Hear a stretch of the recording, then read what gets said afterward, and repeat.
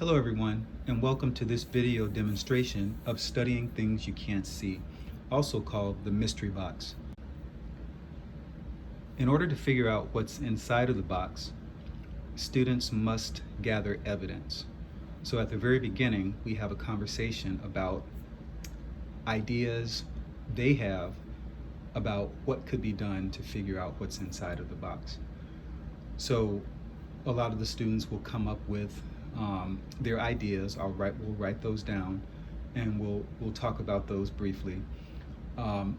Actually, if you take a look at the lab manual, it suggests that you start them out with a magnet and a directional compass, and so we talk about how those things might be beneficial.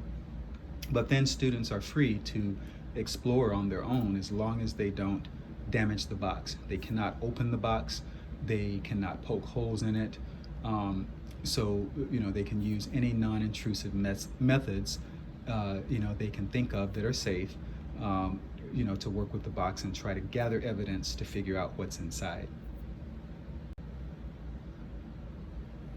It might be good to have a few things on hand, such as magnets, directional compasses, balances, empty boxes that are similar to the mystery boxes that you give your students, and also an assortment of items that could be in the box that the students could experiment with if they ask. Now, senses can also be a piece of equipment or a tool that's used to learn what's inside of the box. Their sense of touch, their sense of sight, their sense of smell. They're probably not going to be tasting anything, so we won't include the sense of taste, but their senses can certainly be used multiple times to help them learn different things about what's inside of that box. And then any other materials that are safe for students to use are fair game. I always encourage students to ask me for anything that they think they want, because in my science room I have a lot of stuff, and so if they ask for something and I feel that it's okay for them to use it to help them gain indirect evidence about what's inside of that box, I'll allow them to use it. Help your students understand that at the very beginning of the activity, the goal is not to identify what items are there in the box initially. That'll come later. At the very beginning of the activity, the goal is to really just collect evidence. What things are you hearing? Do you smell anything? Do you feel any objects moving in the box in a certain way? And can you describe those motions? So it's really, the first part of this is really about collecting evidence, as much evidence as possible, and getting that written down on the first data sheet, which looks like this.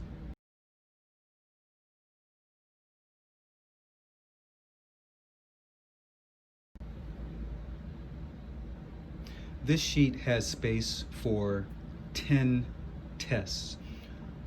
I encourage students to at least do 10 things and collect evidence from 10 tests that they've done.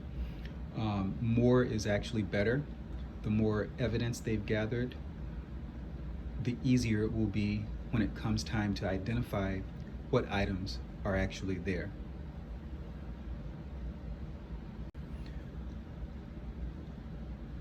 The next part of the activity involves actually identifying the objects. There's a sheet in the manual that looks like this.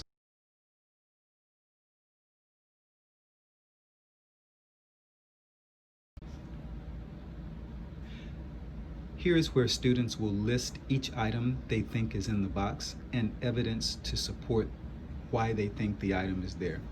I encourage students to at least come up with 2 to 3 pieces of evidence, really good evidence, to suggest why a certain item is in the box.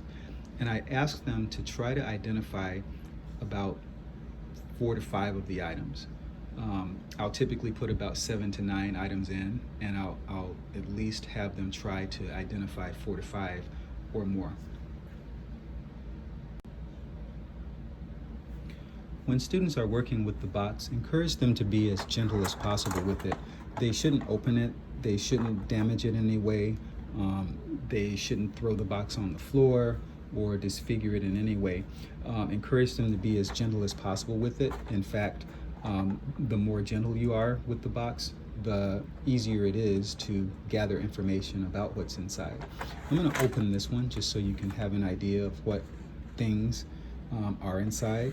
So as you can see, there is steel wool, a rubber stopper, cedar sphere, steel ball bearing, marble, some coins, a washer, a pencil. So all fairly common things.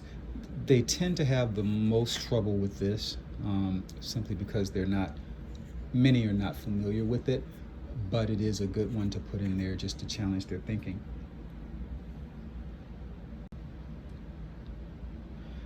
Now, since we can't actually see you in the classroom and do this activity, at the lab, we're actually going to have you recruit one or two of your family members and have them be your students.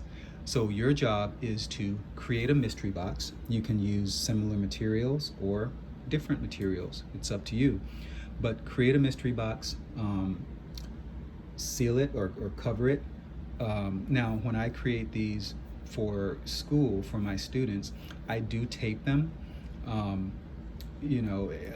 It's kind of up to you as to whether or not you want to really seal them or not. If you really, really trust your students, then maybe there's no need to do that. But I do tape them up so that students can't get inside or they don't accidentally open and the contents spills. But create a mystery box and recruit one or two members of your family and have them try it out, and we'll see how they do.